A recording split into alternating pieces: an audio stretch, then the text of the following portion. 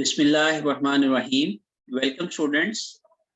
Today we will have some discussion and practice of cost of production report in case of gained units.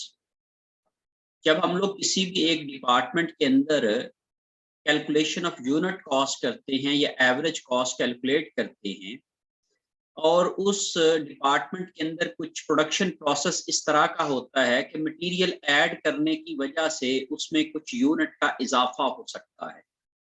For example, अगर हमारे पास जो units हमारे litres की सूरत में हों और हम लोग जो है वो पिछले डिपार्टमेंट से कुछ लीटर्स जो है वो रिसीव करें और अगले डिपार्टमेंट में कुछ मजीद उसके अंदर मटेरियल ऐड किया जाए, तो उससे क्या हो सकता है कि नंबर ऑफ लीटर्स इंक्रीज कर सकते हैं, बढ़ सकते हैं। जब ऐसी सिचुएशन आती है तो फिर हम लोग जो है वो उसकी कॉस्ट ऑफ प्रोडक्शन रिपोर्ट किस तरीके से बनाते हैं, ये हम आज सीखने की कोशिश करेंगे। और इसके अलावा मैं आप लोगों को जो सेकंड डिपार्टमेंट के अंदर जो यूनिट्स होता है, ये बेसिकली जो सिचुएशन मैंने आपको बताई है गेन यूनिट की, ये नॉर्मली सेकंड डिपार्टमेंट में ही जो है वो हमें नजर आती है। क्योंकि अगर हम फर्स्ट डिपार्टमेंट से सेकंड डिपार्टमेंट में कुछ यूनिट रिसीव करते हैं या उससे थर्ड में या फोर्थ डिपार्टमेंट में यूनिट रिसीव करते हैं, तो उसके नतीजे में जब हम सेकंड डिपार्टमेंट में कुछ मटेरियल्स ऐड करते हैं, जैसे अगर वो केजीज में हो तो कुछ केजी हम ऐड करते हैं, तो उसकी वजह से क्या हो सकता है कि उनके जो केजीज हैं वो इंक्रीज कर सकते हैं, लीटर्स इंक्रीज कर सकते हैं। तो इसको ही हम लोग यही कह रहे हैं कि यूनिट जो है वो इंक्रीज हो जाती है। तो उसकी हम लोग कैसे ट्रीटमेंट करते हैं, तो बेटे याद रखिएगा ये बिल्कुल वैसे ही ट्रीटमेंट है जैसे हम लोग लॉस्ट यूनिट की ट्रीटमेंट करते थे, जो कि हम लोगों ने नॉर्मल लॉस की बात की थी। तो जैसे हम नॉर्मल लॉस की ट्रीटमेंट करते हैं, बिल्कुल इसी तरीके से हम लोग जो है वो नॉर्मल गेन यूनिट्स की ट्रीटमेंट करते हैं। और उसका इम्पैक्ट जो आता है यूनिट कॉस्ट के ऊपर, वो कैसे आता है, किस तरीके से होता है, उसकी लॉजिक क्या है, आज की डिस्कशन के अंदर, आज के प्रैक्टिस क्वेश्चन के अंदर मैं आप लोगों को ये तमाम चीजें इंशाल्लाह सिखाने की, समझाने की कोशिश करूंगा। और मैं इस क्वेश्चन में जो है वो दोनों चीजें साथ लेके चलूंगा, गेन यूनिट्स की भी और लॉस्ट यूनिट की भी बात जो है वो मैं आपको साथ लेके चलूंगा।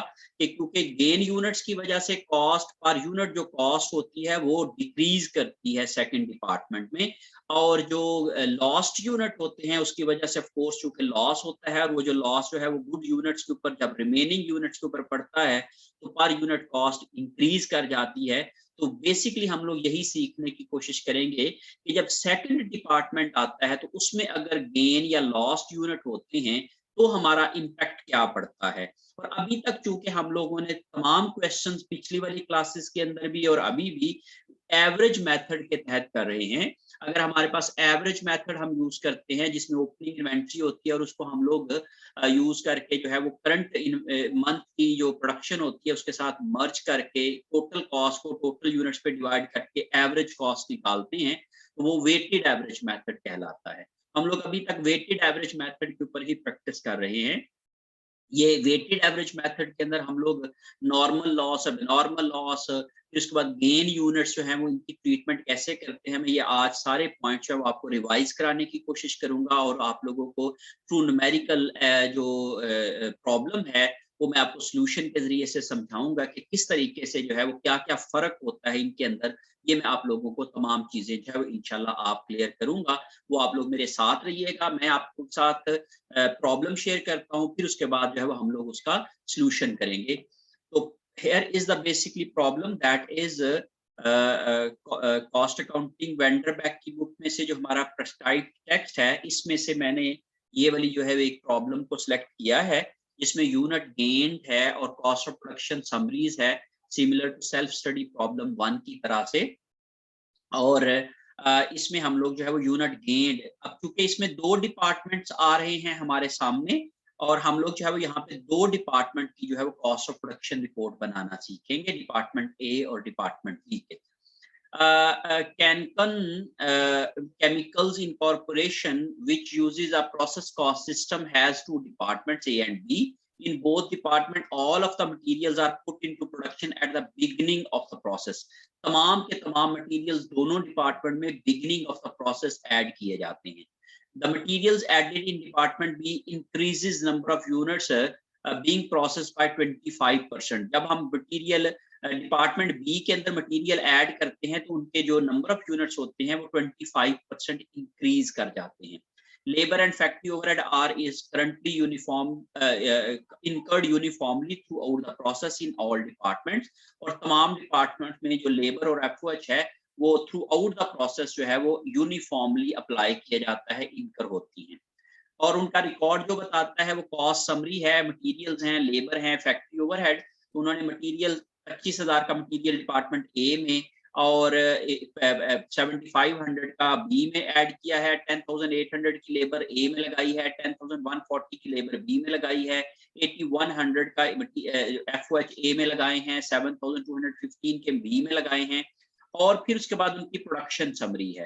प्रोडक्शन समरी ये कहती है कि उन्होंने यूनिट स्टार्टेड इन प्रोसेस किए हैं। ये चूंकि डिपार्टमेंट एक पहला डिपार्टमेंट है इसलिए यहाँ पे स्टार्टेड यूनिट्स हैं, और चूंकि इसकी बिगिनिंग इन्वेंटरीज नहीं है तो इसलिए हम लोग यहाँ पे बिगिनिंग इन्वेंटरी में वेटेड एवरेज मेथड या फाइफो मेथड की बात नहीं करेंगे, क्योंकि फाइफो मेथड या वेटेड एवरेज मेथड उसी वक्त हम अप्लाई करते हैं जब हमारे पास बिगिनिंग इन्वेंटरी होती है।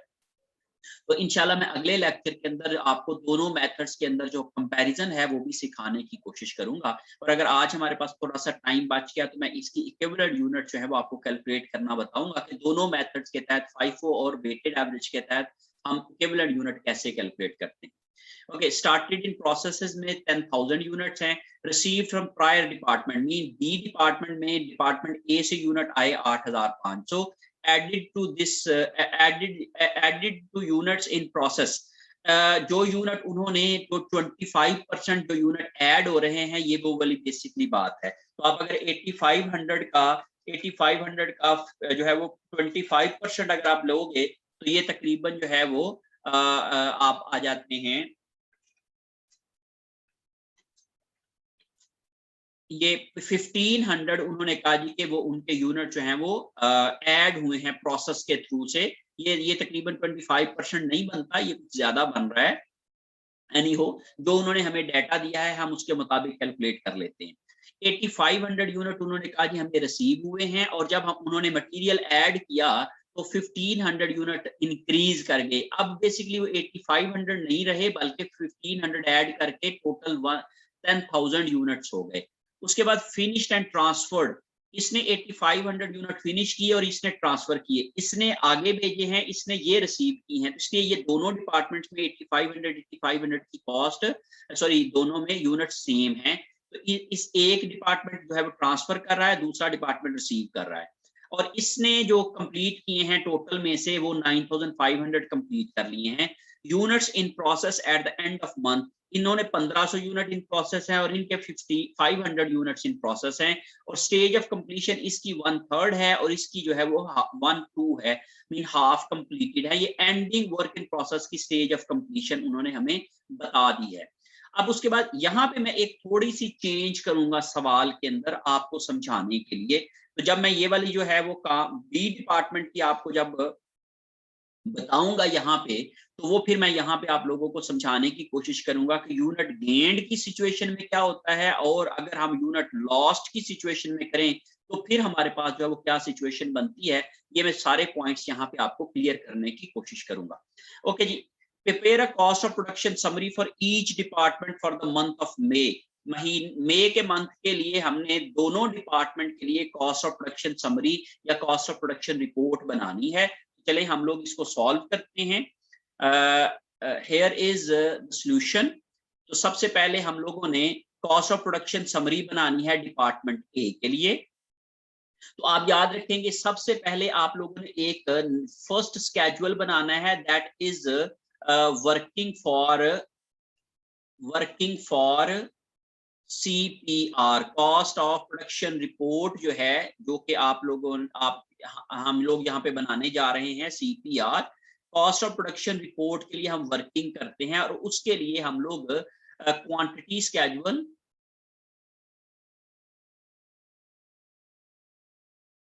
एंड इक्विवेलेंट यूनिट्स की कैलकुलेशन करते हैं।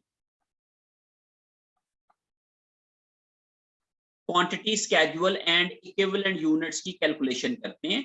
तो सबसे पहले हम लोग लिखेंगे डिस्क्रिप्शन और यूनिट्स। डिस्क्रिप्शन में चूंकि हम लोगों ने सबसे पहले, मैंने जैसे आपको फॉर्मेट बताया है, ये मैक्सिमम चीजें मैं आपके फॉर्मेट में यहाँ पे लिखने जा रहा हूं। Number 1, work in process beginning, और ये चूंकि हम लोग डिपार्टमेंट CPR डिपार्टमेंट ए, ये ए डिपार्टमेंट के लिए जो हम लोग ये तमाम जो है वो कैलकुलेशन कर रहे हैं।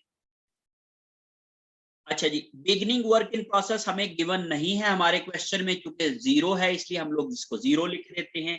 फिर उसके बाद है जी स्टार्टेड, हमने यूनिट्स स्टार्ट किए हैं या पुट इनटू प्रोसेस,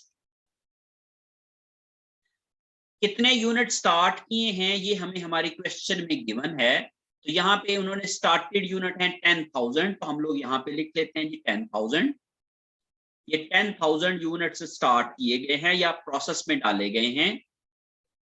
अब इसमें दूसरी एक और जो चीज आ सकती है वो आती है जी यूनिट एडेड इनटू प्रोसेस। क्योंकि अब ये पहला डिपार्टमेंट है इसलिए यहाँ पे ये नहीं आएगा, इसलिए हम लोगों ने यही वाली जो है दोनों यूनिट जो है वो हम लोग कहेंगे टोटल अकाउंट टू अकाउंट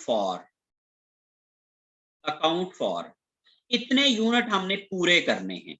तो ये तकरीबन ये वही वाले 10,000 आ गए, क्योंकि बिगनिंग कोई भी नहीं है तो यही वाले जो है वो टोटल 10,000 बन जाएंगे। तो ये बिगनिंग और जो पुट इनटू प्रोसेस वाले यूनिट्स हैं इनको मिला के हम लोग 10,000 यूनिट्स हमने कहा जी कि ये टोटल यूनिट अकाउंट फॉर करने हैं। अब ये कहाँ गए हैं इनकी डिटेल बनानी है। Completed and transfer to B, हमने कंप्लीट कर लिए और बी डिपार्टमेंट को ट्रांसफर कर दिए। तो हमें देखें जी यूनिट उन्होंने बताए हैं कि कितने कंप्लीट किए हैं 8,500 और ट्रांसफर कर दिए हैं बी को। तो हम यहाँ पे लिखेंगे 8,500। फिर हम लिखेंगे work in process ending, and के ऊपर हमारे पास इन प्रोसेस यूनिट जो हैं वो कितने पड़े हुए हैं ये हम देख लेते हैं यहाँ पे। तो हमने कहा ये 1,500 यूनिट इन प्रोसेस पड़े हुए हैं, तो हम लोग यहाँ पे लिख लेंगे जी दैट इज 1,500। इसके बाद यहाँ पे एक और बात आती है जी लॉस्ट, जाया कितने हो गए हैं, डैमेज हो गए या उसके जो है वो जो नुकसान हो गया, लॉस हो गया जो हमें, तो वो वाले कितने हैं। तो यहाँ पे चूंकि ये पूरे हो जाते हैं इसलिए अगर हमें ये गिवन हो तो वो तो हम लोग यहाँ लिख लेंगे, अगर नहीं गिवन है तो हम लोग क्या करेंगे कि ये टोटल होने चाहिए 10,000 के बराबर। तो आप देखें इन दोनों को प्लस करोगे तो 10,000 बराबर आ जाएगा, इसलिए यहाँ पे फिर 0 यूनिट्स आ जाएंगे। तो ये हम कहेंगे टोटल अकाउंटेड फॉर, ये हम लोगों ने पूरे कर लिए हैं, ये हमने अकाउंट फॉर करने हैं और ये हम लोगों ने पूरे कर लिए हैं। अब हम लोगों ने इसके साथ ही इक्विवेलेंट यूनिट की कैलकुलेशन कर लेनी है। इक्विवेलेंट यूनिट की कैलकुलेशन करने के लिए हमें क्या करना है कि ये देखना है कि उसके डिपार्टमेंट 1 में कितने कॉस्ट एलिमेंट दिए गए हैं। तो डिपार्टमेंट ए में देखें जी मटेरियल है, लेबर है और FOH है, 3 कॉस्ट एलिमेंट दिए गए हैं। तो हम लोग तीनों कॉस्ट एलिमेंट उसके हेडिंग के तौर पे हम अपने सॉल्यूशन में लिख लेंगे। तो मैं यहाँ पे लिखूंगा डायरेक्ट मटेरियल्स, फिर है जी डायरेक्ट लेबर और फिर यह है जी FOH। ये 3 कॉस्ट एलिमेंट दिए गए हैं, तो मैं तीनों के इक्विवेलेंट यूनिट कैलकुलेट करूंगा यहाँ पे। Completed and transfer to department B, जब भी कंप्लीटेड यूनिट्स होते हैं तो इसका मतलब है कि with respect to each cost element they are 100% complete, और जो फॉर्मूला होता है units multiply by stage of completion, उसके साथ मल्टीप्लाई करेंगे 8500 का 100% लेंगे तो ये 8500 ही आ जाएगा। इसी तरीके से 8500 इधर भी आ जाएगा, इसी तरीके से 8500 इधर भी आ जाएगा। इसका मतलब ये हुआ कि अगर आप लोगों के पास कंप्लीटेड एंड ट्रांसफर्ड आउट है या कंप्लीटेड और जो है वो स्टिल इन प्रोसेस हैं, तो जिनके साथ कंप्लीटेड का वर्ड लिखा है उनको आपने straight forwardly equivalent unit calculate करते हुए हर एक कॉस्ट एलिमेंट के नीचे 100% लिख देना है। अब आ जाती है बात work in process ending inventory की।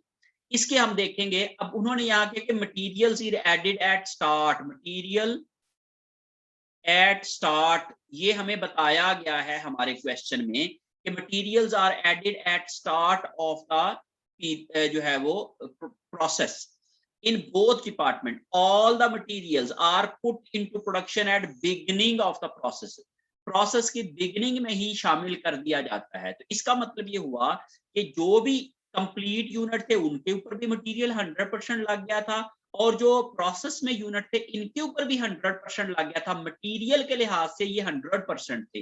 हाँ, लेबर और एफओएच के लिहाज से वो अभी पूरे कंप्लीट नहीं हुए थे, लेकिन मटेरियल के लिहाज से ये 100% थे। इसलिए मैं 1500 का 100% दूंगा तो ये 1500 ही मेरे पास यहाँ पे आ जाएगा। तो इसलिए आपने ये देखना है कि मटेरियल कब ऐड किया जा रहा है, ये चीज आपने गौर से देखनी है। लेबर और एफओएच के लिहाज से उन्होंने हमें बताया हुआ है कि ये हमारे पास जो है वो कितने परसेंट कंप्लीट हैं। तो ये उन्होंने कहा है हमारे पास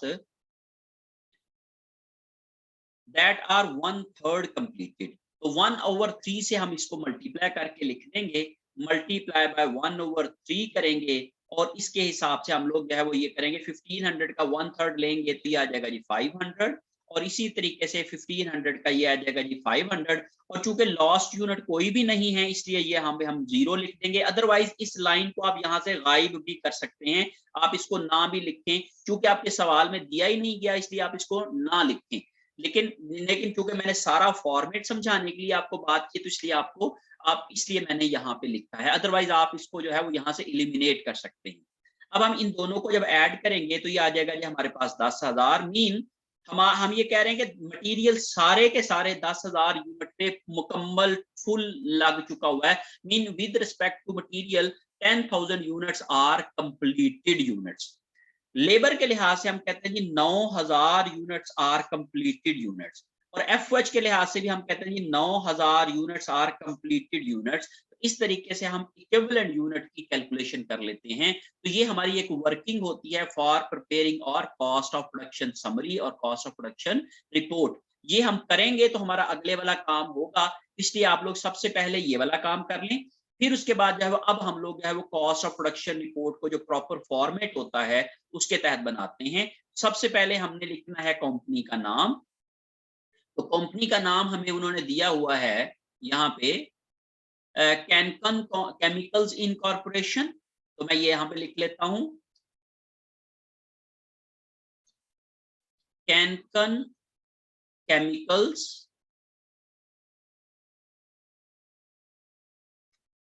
इनकॉर्पोरेशन और यहां पे हम लिखेंगे कॉस्ट ऑफ प्रोडक्शन समरी और डिपार्टमेंट है हमारे पास ए। डिपार्टमेंट ए की हम बना रहे हैं फॉर द मंथ ऑफ मे और ये मई के महीने के लिए हम बना रहे हैं। तो सबसे पहले हम लोगों ने यहाँ पे बनाना है cost accumulation and unit cost summary। या इसको हम लोग कॉस्ट चार्ज्ड टू डिपार्टमेंट का भी नाम देते हैं। ये दोनों नाम हम इस्तेमाल कर सकते हैं, कॉस्ट चार्ज टू डिपार्टमेंट। सबसे पहले आप डिस्क्रिप्शन का कॉलम बना लें और फिर उसके बाद जितने कॉस्ट एलिमेंट हैं एक टोटल का कॉलम बनाएंगे और जितने कॉस्ट एलिमेंट हैं उसके आप कॉलम बना लेंगे। तो डायरेक्ट मटेरियल है, डायरेक्ट लेबर है और एफओएच है। तो ये 3 कॉस्ट एलिमेंट हैं, हम लोग इनके 3 कॉलम बना लेंगे। फिर इसके बाद हम लोगों ने लिखना है वर्क इन प्रोसेस बिगिनिंग। आप इसको जो है वो इसके साथ कॉस्ट का वर्ड लिखेंगे, चूंकि यहाँ पे वर्क इन प्रोसेस बिगिनिंग है ही नहीं। यहाँ पे देखें ये बिगिनिंग है ही नहीं तो इसकी कॉस्ट भी नहीं होगी, इसलिए मैं यहाँ पे इसको नहीं लिख रहा हूं। तो आप डायरेक्टली क्या लिखेंगे, कॉस्ट एडेड इन मई के महीने में जो कॉस्ट ऐड हुई है।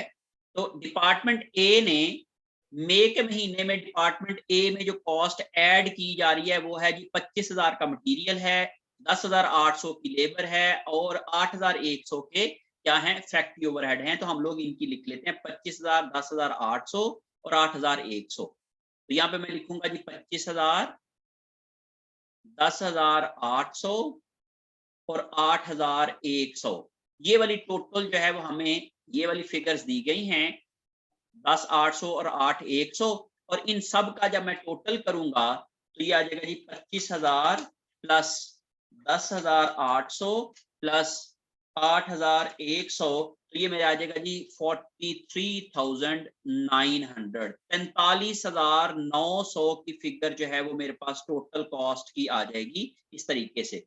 अब मैं चूंकि यही वाली जो मेरी कॉस्ट जो है ये टोटल कॉस्ट हो जाएगी, तो मैं इसी को कहूंगा total cost to account for. ये मुझे कॉस्ट जो है वो पूरी करनी है अपने डिपार्टमेंट के अंदर। ओके जी, अब ये चूंकि इसमें बिगिनिंग इन्वेंटरी होती तो एवरेज मेथड के तहत हम इसको क्या कर लेते, टोटल कर लेते। चूंकि यहाँ पे नहीं है तो 43,900 ये भी वैसे आ जाएगा, 25,000 ये भी वैसे आ जाएगा, 10,800 ये भी उसी तरीके से लिखा जाएगा, और 8,100 ये भी उसी तरीके से लिखा जाएगा। तो इस तरीके से हम कहते हैं जी कि ये उसकी आ गई। अब हम लोगों ने यहाँ पे लिखना है टोटल इक्विवेलेंट यूनिट्स। ये जो हम लोगों ने हर एक कॉस्ट एलिमेंट के इक्विवेलेंट यूनिट्स कैलकुलेट किए हैं यहाँ पे हमारी वर्किंग के अंदर, जैसे मटेरियल के हैं 10,000, लेबर के हैं 9,000, एफओएच के हैं 9,000, तो ये हम लोग वहां पे लिख लेंगे। इसके हैं जी 10,000, इसके हैं जी 9,000 और इसके भी हैं 9,000। लेकिन याद रखिए टोटल के कॉलम में हमने इनको टोटल नहीं करना है, ये याद रखिएगा, ये गलती नहीं करनी है आपने। अब हम लोग लिखेंगे जी कॉस्ट पर यूनिट। बेसिकली हमने कॉस्ट पर यूनिट निकालनी होती है। तो 25,000 को जब आप लोग 10,000 पे डिवाइड करेंगे तो ये आ जाएगा जी 2.5 पर यूनिट आ जाएगा। फिर इसके बाद जो है वो आप लोग 10,800 को जब डिवाइड करेंगे 9,000 के ऊपर तो ये आ जाएगा जी आपके पास 1.2 पर यूनिट। और इसी तरीके से आप लोग 8,100 को डिवाइड करेंगे जब 9,000 के ऊपर तो ये आ जाएगा आपके पास 0.9 पर यूनिट। जब आप इन तीनों को प्लस करेंगे 1.2 को और 0.9 को और प्लस करेंगे 2.5 को तो ये हमारे पास आ जाएगा जी 4.6 पर यूनिट। इट मींस कि जो भी हमने यूनिट कंप्लीट किए हैं उनकी पर यूनिट कॉस्ट हमारे बनती है 4.6, जिसमें से मटेरियल है 2.5, लेबर है 1.2 और एफओएच है 0.9 पर यूनिट। इस तरीके से हम लोगों ने पर unit cost of each element and total unit की भी निकाल ली। तो ये हमारे पास पहला पार्ट बन गया हमारी कॉस्ट ऑफ प्रोडक्शन रिपोर्ट का।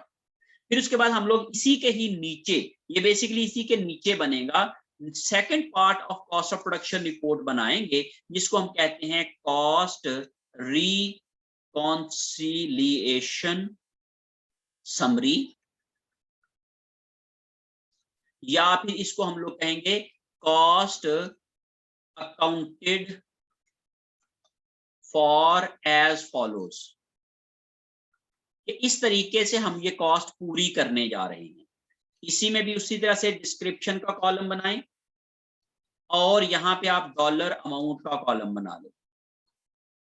ओके जी, सबसे पहले ये हमें गाइड करेगा कौन सा कि जो हमने यूनिट कंप्लीट किए हैं, और ये जो क्वांटिटी स्केड्यूल का सेकंड पार्ट होता है ये हमारा बेसिकली कॉस्ट अकाउंटेड फॉर वाला पोर्शन होता है। ये हमने अकाउंट फॉर करना होता है, ये अकाउंटेड फॉर होता है।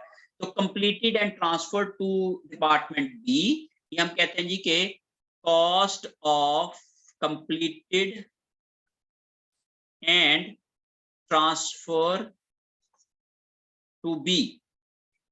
कंप्लीटेड यूनिट्स की जो कॉस्ट थी जो हमने ट्रांसफर की है, तो हम ये देखेंगे कि कितने यूनिट हमने कंप्लीट किए और ट्रांसफर किए हैं, वो है 8500, और एक यूनिट की कॉस्ट हमने भी निकाली है 4.6। तो हम लोग यहाँ पे लिखेंगे जी 4500 multiply by 8500 multiply by 4.6। 8500 units हमने कंप्लीट किए, 8500 मल्टीप्लाई बाय 4.6 को आप मल्टीप्लाई करेंगे तो ये आ जाएगा जी 39,100 की कॉस्ट जो है वो हमने क्या की है, कंप्लीटेड यूनिट की है और इसको ट्रांसफर टू नेक्स्ट डिपार्टमेंट कर दिया है। फिर इसके बाद है जी cost of work in process ending. End of month जो वर्क इन प्रोसेस है हमारा, उसकी कॉस्ट। तो मैंने कहा कि जितने कॉस्ट एलिमेंट होंगे उतनी उसकी कॉस्ट होगी। ये वर्क इन प्रोसेस एंडिंग की कॉस्ट है, और लास्ट यूनिट चूंकि जीरो है इसलिए उसकी हम वहां पे कॉस्ट लिखेंगे भी नहीं, सिर्फ और सिर्फ हम यहाँ पे एबनॉर्मल लॉस की कॉस्ट लिखते हैं अलहदा करके। जब हमारा एबनॉर्मल लॉस होता है तो उसको हम लोग सेग्रीगेट करके उसको शो करते हैं हमारी अकाउंटेड फॉर की या रिकॉन्सिलिएशन समरी के अंदर। ओके जी, हम लोग यहाँ पे जब एंडिंग वर्क इन प्रोसेस की कॉस्ट निकाल लेंगे, वो है जी डायरेक्ट मटेरियल है 1500 इक्विवेलेंट यूनिट, डायरेक्ट लेबर 500 और एफओएच के 500। तो हम लोग इनके साथ इसको क्या कर देंगे, सबसे पहले है जी डायरेक्ट मटेरियल्स, फिर है जी डायरेक्ट लेबर और फिर है एफओएच। ये तीन कॉस्ट लगी हुई है एंडिंग इन्वेंट्री के ऊपर। इसके इक्विवेलेंट यूनिट हैं 1000। देख लेते हैं जी हम लोग इसके इक्विवेलेंट, सॉरी 1500। इसके इक्विवेलेंट यूनिट्स हैं हमारे पास 1500, और पर यूनिट कॉस्ट जो हम लोगों ने अभी यहाँ पे कैलकुलेट की है दैट इज 2.5। हम लिखेंगे जी 2.5। इसी तरीके से ये इसके इक्विवेलेंट यूनिट्स हैं 500, और इसकी पर यूनिट कॉस्ट हमने कैलकुलेट की है दैट इज 1.2। हम लिखेंगे 1.2। और इसी तरीके से ये 500 यूनिट्स हैं और इसकी पर यूनिट कॉस्ट हमने कैलकुलेट की थी 0.9। तो अब हम लोग इन तीनों को मल्टीप्लाई कर लेंगे। 1500 को मल्टीप्लाई करेंगे 2.5 के साथ तो ये आ जाएगा जी 3750। इसी तरीके से 500 को मल्टीप्लाई करेंगे 1.2 के साथ तो ये आ जाएगी जी 600। और फिर इसी तरीके से 500 को हम मल्टीप्लाई करेंगे 0.9 के साथ तो ये आ जाएगी 450। और इन सब को जब हम लोग प्लस करेंगे 3750, या जाएगी 4800 की ये वाली कॉस्ट आ जाएगी। और चूंकि इसके बाद जो लॉस जो है वो चूंकि नॉर्मल लॉस, चूंकि इसमें लॉस है ही नहीं किसी भी किस्म का, चाहे नॉर्मल हो चाहे एबनॉर्मल हो। अगर एबनॉर्मल लॉस होता तो हम नीचे इसकी फिर कॉस्ट ऑफ एबनॉर्मल लॉस भी लिखते। ये याद रखिएगा, एबनॉर्मल लॉस सिर्फ इसमें लिखा जाता है, बाकी नहीं लिखा जाता, ना नॉर्मल लिखा जाता। चूंकि यहाँ पे लॉस है ही नहीं है इसलिए हम लोग यहाँ पे नहीं लिखेंगे। ओके, अब हम क्या करते हैं कि इसको यहाँ पे लिख लेते हैं जी के टोटल कॉस्ट कितनी थी। टोटल कॉस्ट अकाउंटेड फॉर, हमने कितनी कॉस्ट पूरी की, इन सब को आप टोटल करेंगे 0 0 0 और ये 9 हो जाएगा, और 4 एंड 4 13 आ जाएगा, और 3 एंड 4 43,900 की टोटल कॉस्ट आ जाएगी। तो आप जरा गौर करें कि ये भी 43,900 की हमने टोटल कॉस्ट लगाई थी, और ये वाली कॉस्ट जब हमने यहाँ पे टोटल कॉस्ट को पूरा कर दिया है, तो इस तरीके से हम लोग क्या कर सकते हैं, ये हमारी जो हो गई है कॉस्ट ऑफ प्रोडक्शन रिपोर्ट पूरी बन गई है। Basically cost of production report जो है वो ये वाला एक ये पार्ट होता है, और ये इसका ये सेकंड पार्ट होता है। लेकिन ये वाला जो पार्ट है पहले वाला, ये इसकी वर्किंग है। क्योंकि ये वर्किंग लाजमी होती है, इसलिए सबसे पहला काम आप ये करेंगे नंबर 1, फिर उसके बाद आप नंबर 2 ये करेंगे, फिर उसके बाद नंबर 3 रिक्वायरमेंट आपकी ये होगी, और उससे आप क्या करोगे कि यहां से आप यूनिट कॉस्ट निकालोगे, और फिर इसके बाद यहां से आप cost of goods transferred to the next department निकालोगे, और कॉस्ट ऑफ एंडिंग इन्वेंट्री निकालोगे। ये दो चीजें इसमें से निकलती हैं। तो इसमें से ये वाली जो रिपोर्ट है ये आपको देती है per unit cost and total cost and per unit cost of each cost element and total completed units की। और ये वाला जो पोर्शन देता है cost of completed unit transfer to the next department, या नेक्स्ट डिपार्टमेंट में कितनी कॉस्ट ट्रांसफर करें वो यहां से मालूम होती है। अब अगर मैं इसकी एंट्रीज करता हूं तो नंबर 4 रिक्वायरमेंट के तौर पे आपको एंट्रीज आ सकती हैं, जर्नल एंट्रीज। और आप इसकी जर्नल एंट्रीज करते हुए, चूंकि ये पहला डिपार्टमेंट है, तो आप करोगे work in process department A debit कर देंगे, और मटेरियल्स के अकाउंट को आप क्या करोगे, मटेरियल्स के अकाउंट को आप क्रेडिट कर दोगे, पेरोल के अकाउंट को आप क्रेडिट कर दोगे, और एफओएच के अकाउंट को आप क्रेडिट कर दोगे। अब डेबिट कितनी अमाउंट से होना है, जितनी आपने कॉस्ट इसके ऊपर लगाई है।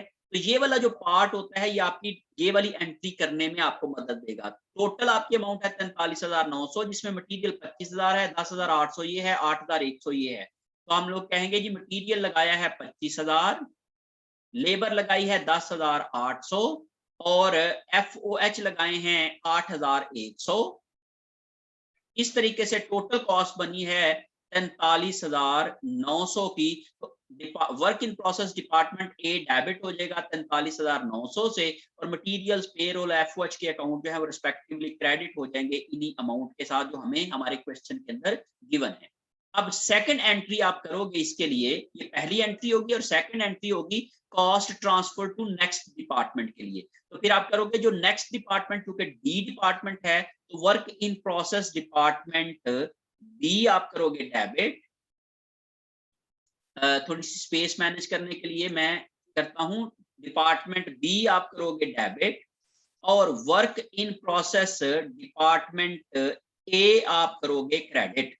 ये बेसिकली हमने क्या कहा है कि ए डिपार्टमेंट अपने कॉस्ट जो है वो कंप्लीट करके बी डिपार्टमेंट को बेचता है। तो जब cost transfer to next department होती है, तो जिस डिपार्टमेंट से कॉस्ट मूव कर रही होती है तो उसका वर्क इन प्रोसेस कम हो जाता है। जब वर्क इन प्रोसेस कम होता है तो चूंकि वो एक एसेट होता है, तो एसेट जब कम होता है तो वो क्रेडिट होता है, तो वर्क इन प्रोसेस के अकाउंट को क्रेडिट कर देंगे। और जिस वर्क इन प्रोसेस में ये कॉस्ट जा रही होती है तो उसका वर्क इन प्रोसेस बढ़ जाता है, वो भी चूंकि एसेट होता है, इसलिए जब वो बढ़ता है तो वो डेबिट होता है। तो ये बेसिक इसकी लॉजिक है।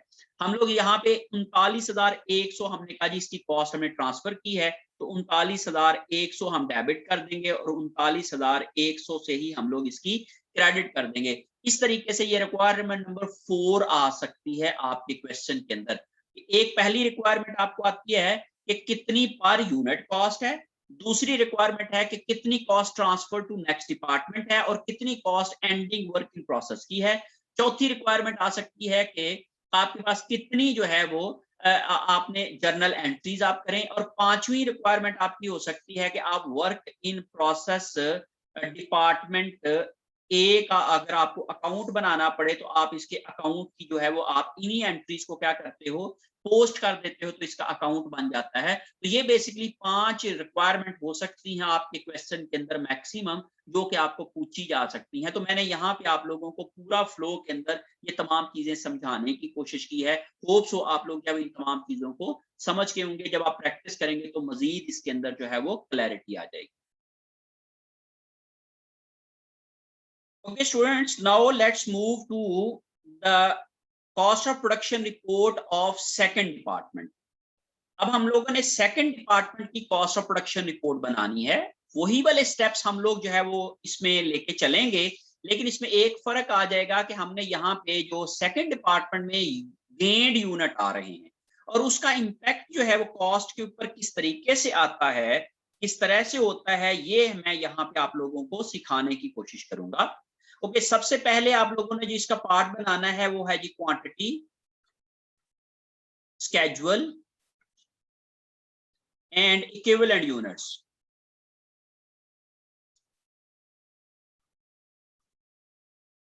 अब ये जो क्वांटिटी स्केड्यूल और इक्विवेलेंट यूनिट्स हैं, ये हम लोग कर रहे हैं डिपार्टमेंट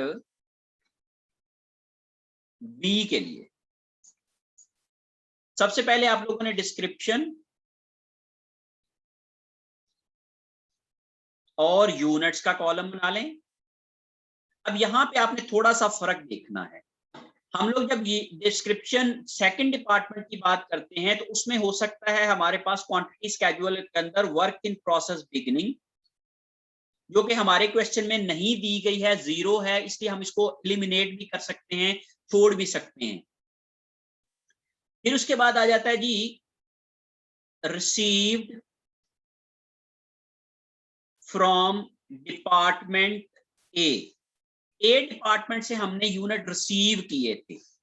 तो हमें देखे कितने यूनिट रिसीव हुए थे जो पिछले डिपार्टमेंट ने ट्रांसफर आउट किए थे, वो इस डिपार्टमेंट ने ट्रांसफर रिसीव इन किए हैं। अगर आपको ये फिगर दी हुई हो और ये ना दी हुई हो तो इसका मतलब यही है कि ये वाली फिगर और ये वाली फिगर बराबर होगी।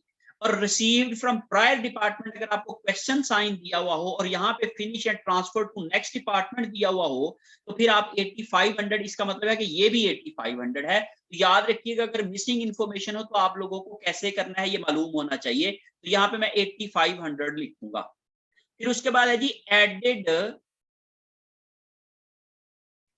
Bye department B, B department ने कितने ऐड किए हैं, इस डिपार्टमेंट ने कितने मजीद इस यूनिट में इजाफा किया है बाय एडिंग मटेरियल्स। उन्होंने जब मटेरियल ऐड किया तो चूंकि ये केमिकल कंपनी है और केमिकल में जब केमिकल ऐड होगा तो ऑफ कोर्स केमिकल की जो क्वांटिटी होगी वो बढ़ जाएगी, तो इसलिए यहाँ पे वो कह रहे हैं कि ये 1500 लीटर्स सपोज लीटर्स है ये, तो लीटर्स बढ़ गए हैं। 8500 लीटर्स उन्होंने वसूल किया था और 1500 लीटर उन्होंने मजीद इसमें जो है मटेरियल ऐड किया, तो उसकी वजह से उनका जो है ये वाले यूनिट इंक्रीज कर गए हैं। तो ये वाले यूनिट्स उन्होंने इस डिपार्टमेंट में ऐड हुए हैं, इसलिए आपकी ये वाली एक लाइन जो है वो क्या हो जाएगी, एडिशनल यूनिट की सूरत में, गेन्ड यूनिट की सूरत में, यही बेसिकली गेन्ड यूनिट्स हैं।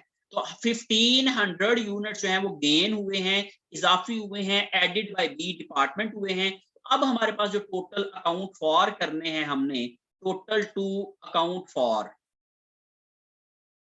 वो है हमारे पास जी, इन दोनों को हमने प्लस किया तो वो 10,000 यूनिट हमने अकाउंट फॉर करने हैं।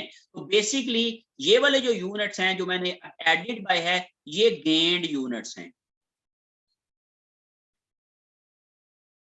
जब हम लोग मटेरियल ऐड करते हैं तो कुछ यूनिट गेन होते हैं, मीन इजाफी हो जाते हैं, तो वो जो एडिशनल यूनिट होते हैं वो गेन्ड यूनिट्स होते हैं। तो इसको हम लोग इस तरीके से यहाँ पे जब क्वांटिटी स्केड्यूल बनाते हैं तो उसके अंदर हम लोग जो है वो पहले वाले पार्ट के अंदर इसको जो है वो शामिल करते हैं, लिखते हैं।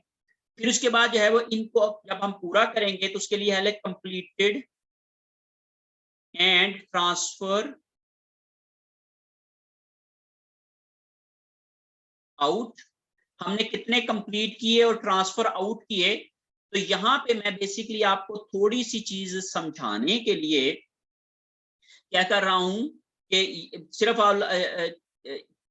चले मैं पहले क्वेश्चन आपको बिल्कुल इसी तरीके से कराता हूं जैसे उन्होंने दिया हुआ है।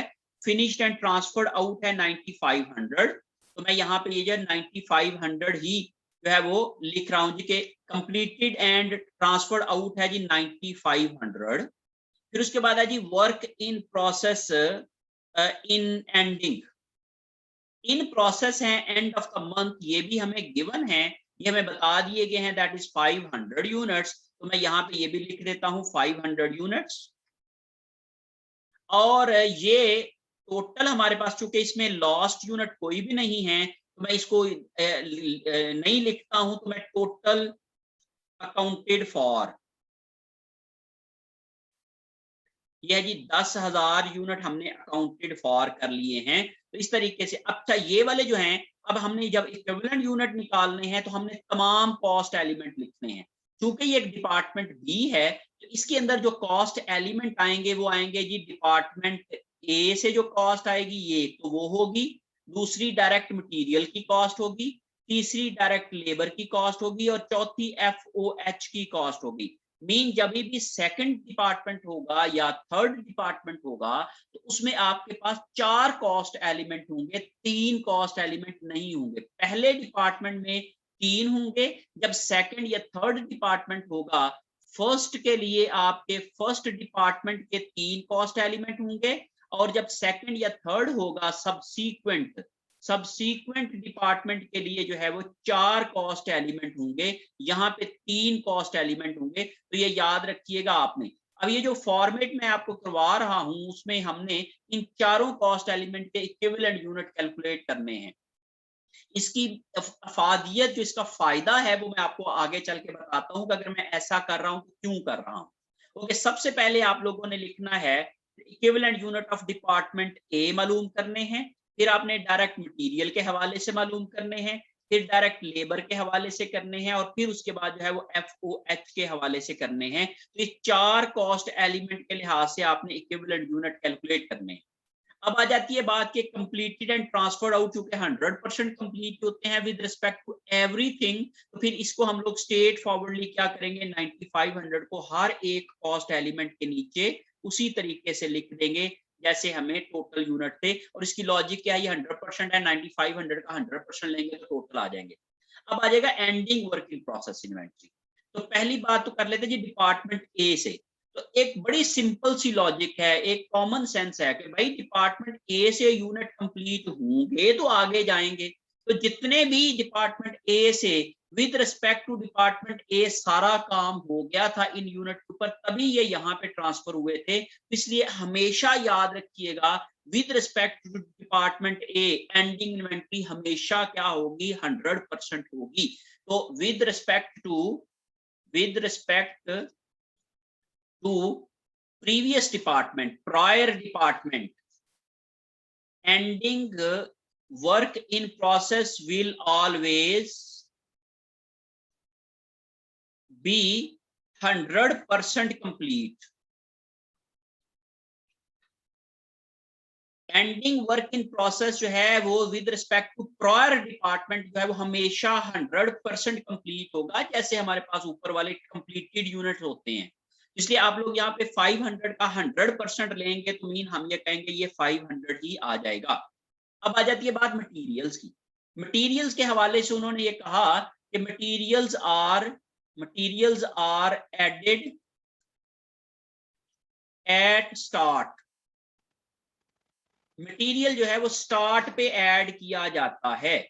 इसका मतलब क्या है कि जब हम शुरू में ही मटेरियल ऐड कर दिया तो ये वाले जो यूनिट थे जिस मर्जी स्टेज पे होंगे उनके ऊपर मटेरियल ऑलरेडी जो है वो ऐड हो चुका होगा। इसलिए जब materials are added at start it means material के लिहाज से ये क्या है, 100% है। With respect to direct material क्या है, ये 100% कंप्लीट है। तो फिर 500 का 100% लेंगे तो ये भी 500 आ जाएगा। फिर उसके बाद आ जाएगा जी डायरेक्ट लेबर के लिहाज से, तो वो उन्होंने हमें जो है वो स्टेज ऑफ कंप्लीशन यहाँ पे गिवन है, दैट इज हाफ कंप्लीटेड। तो ये यहाँ पे है जो हम लोग मल्टीप्लाई बाय 1/2 कर देंगे विद रिस्पेक्ट टू लेबर और विद रिस्पेक्ट टू FOH। तो 500 का हाफ लेंगे 250 और 500 का हाफ 250 आ जाएगा। तो इस तरीके से हमारे पास जो है वो इक्विवेलेंट यूनिट जो है वो इसके कैलकुलेट हो जाएंगे। तो यहाँ पे मैं ये इक्विवेलेंट यूनिट जो है वो इसकी कैलकुलेशन 9500 प्लस 500 तो ये आ जाएगा जी 10,000 यूनिट कंप्लीट हो गए। 9500 500 ये भी क्या होगा जी, ये भी 10,000 यूनिट आ गए। इन दोनों को हमने किया तो ये 9,750 आ गए।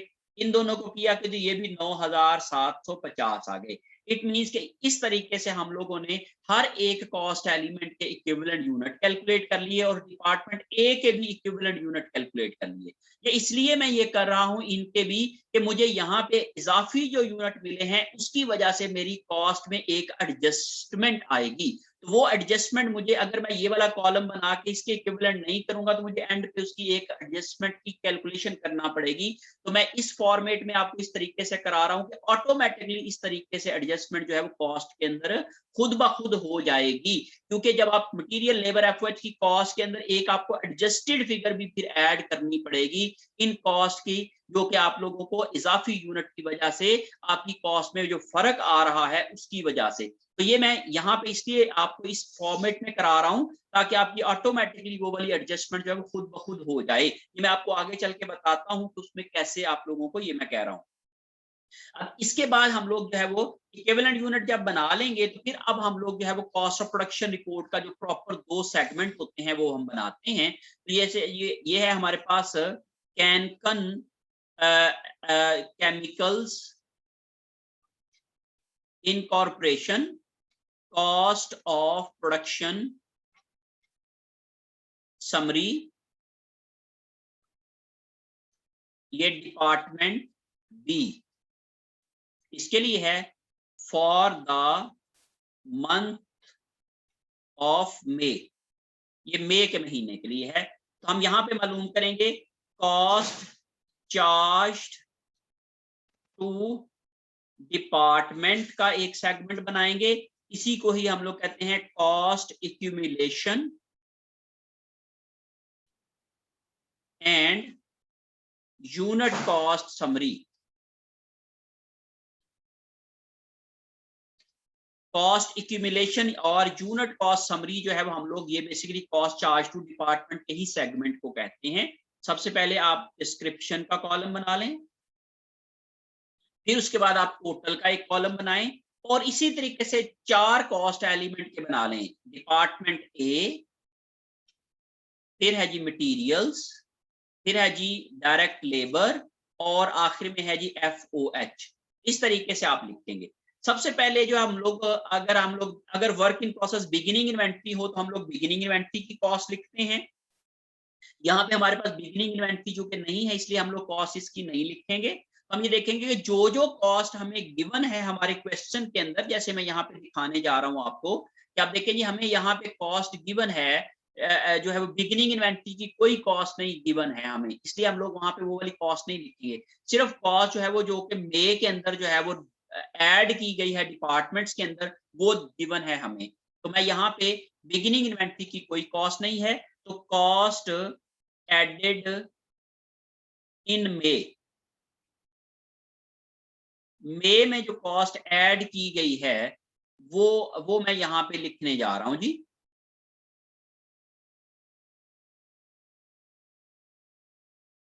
Cost added in May. Okay, materials हमें दिया गया है, मटेरियल्स हमें ऐड कितना है ये मैं आपको क्वेश्चन में हमें गिवन है, दैट इज 7500। तो मैं यहाँ पे लिख लूंगा 7500। लेबर हमें गिवन है, that is you must say 10,140, ये मैं लिखूंगा जी 10,140। FOH भी हमें गिवन है, वो हैं जी हमारे 7,215, 7,215 ये हमें गिवन है। अब डिपार्टमेंट ए की कॉस्ट कहां से आएगी? अच्छा, अगर तो बेटे सिर्फ एक ही डिपार्टमेंट को आपका डाटा, आपका एक ही डिपार्टमेंट का गिवन हो और आपने एक ही डिपार्टमेंट की ये सारी कैलकुलेशन करनी हो, तो ये भी आपको गिवन होगी कि डिपार्टमेंट ए ने कितने यूनिट ट्रांसफर किए थे। तो ये बेसिकली क्या होगी, डिपार्टमेंट ए ट्रांसफर्ड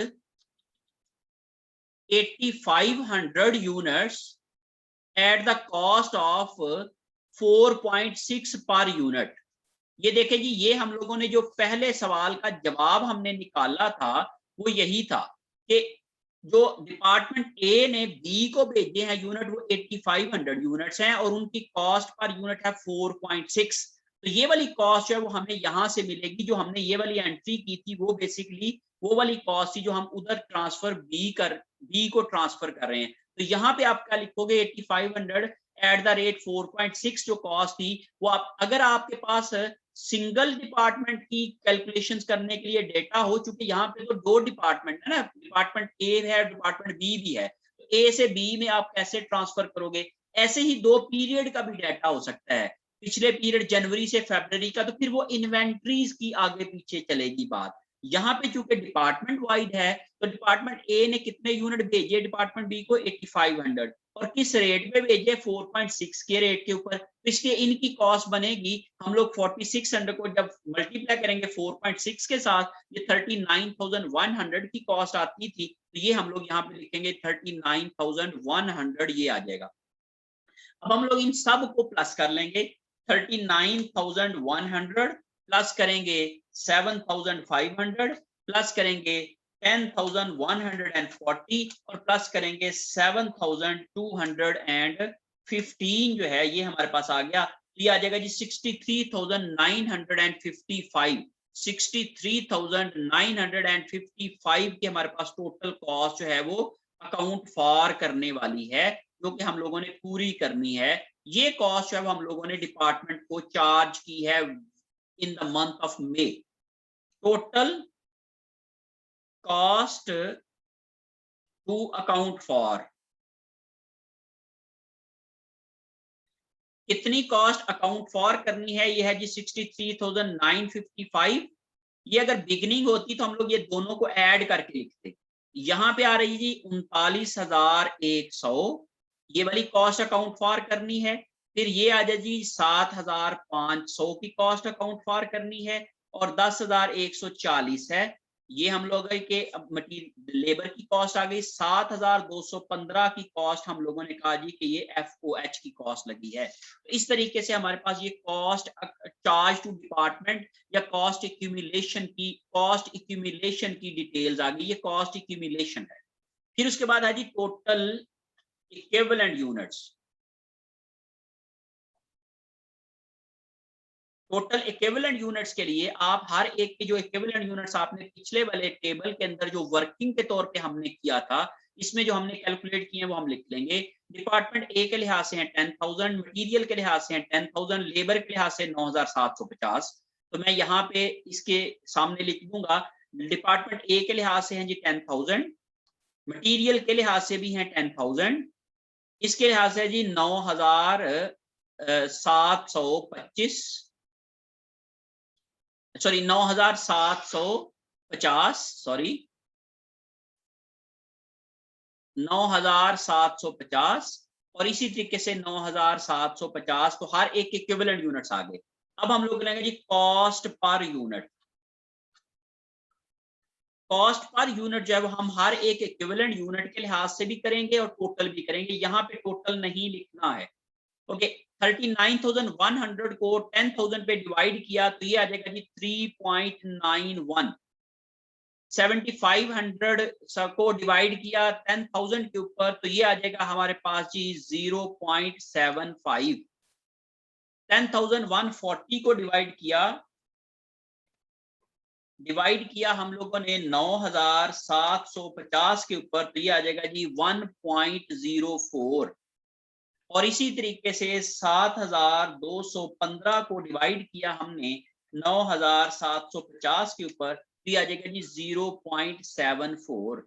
इस तरीके से हमारे पास जो है वो हर एक कॉस्ट एलिमेंट की पर यूनिट कॉस्ट आ गई। हमने कहा जो भी कंप्लीट यूनिट हो रहा है उसके ऊपर डिपार्टमेंट ए की कॉस्ट आएगी 3.91, मटेरियल आएगा 0.75, लेबर आएगी 1.04, एफओएच आएंगे 0.74। इन सब को अब हम प्लस कर लेंगे। 1.04 प्लस करेंगे 0.75 प्लस करेंगे 3.91, तो ये हमारे पास आ जाएगा जी 6.44।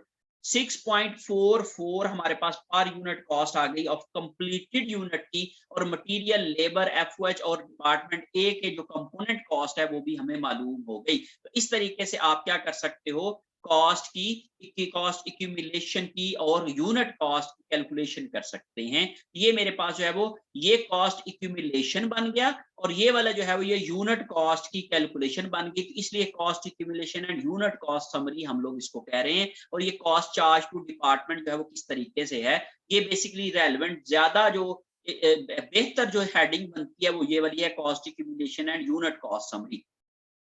अच्छा, अब आप जरा गौर करें, हमने जब ये यूनिट रिसीव किए थे तो पर यूनिट कॉस्ट हमें पड़ रही थी 4.6 पर यूनिट जब हमने डिपार्टमेंट ए से वसूल किए थे।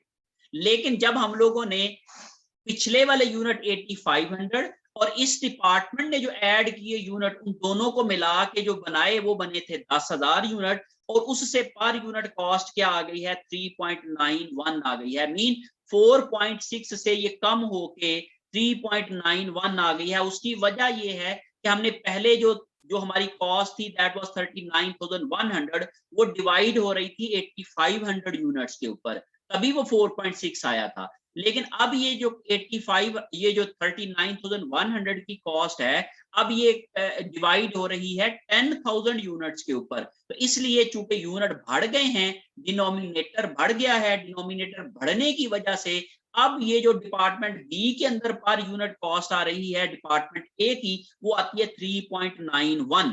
तो इसमें जो कॉस्ट में जो कमी आई है, अगर हम लोग ये वाला कॉलम नहीं बनाएंगे, एंड के ऊपर ये वाली तीनों कॉस्ट के अंदर हमें क्या करना पड़ेगी, इस कॉस्ट की एडजस्टमेंट करना पड़ेगी। तो इसलिए आप लोग इस कॉस्ट को एडजस्टमेंट से बचने के लिए हम क्या करते हैं कि इस फॉर्मेट को फॉलो करते हैं, और ऑटोमेटिकली इसकी एडजस्टमेंट जो है वो हमारी उस कॉस्ट के अंदर शामिल हो जाती है। हमें अलहदा से उसकी एडजस्टमेंट करने की जरूरत नहीं पड़ती है। तो याद रखिए, जब भी सेकंड डिपार्टमेंट के अंदर यूनिट गेन होंगे, उसकी वजह से जो फर्स्ट डिपार्टमेंट की पहले डिपार्टमेंट की कॉस्ट उसको रिसीव हुई होगी, वो क्या हो जाएगी, वो पर यूनिट कम हो जाएगी। जैसे हमारे केस में हो रहा है, हमारे पास जो यूनिट आए थे वो थे 8,500, और वो पर यूनिट कॉस्ट लेके आ रहे थे 4.6 पर यूनिट, लेकिन हमने 1,500 यूनिट मजीद इसके अंदर जो है वो ऐड हो गए, गेन हो गए। उसकी वजह से टोटल यूनिट अब 8,500 की बजाय 10,000 हो गए।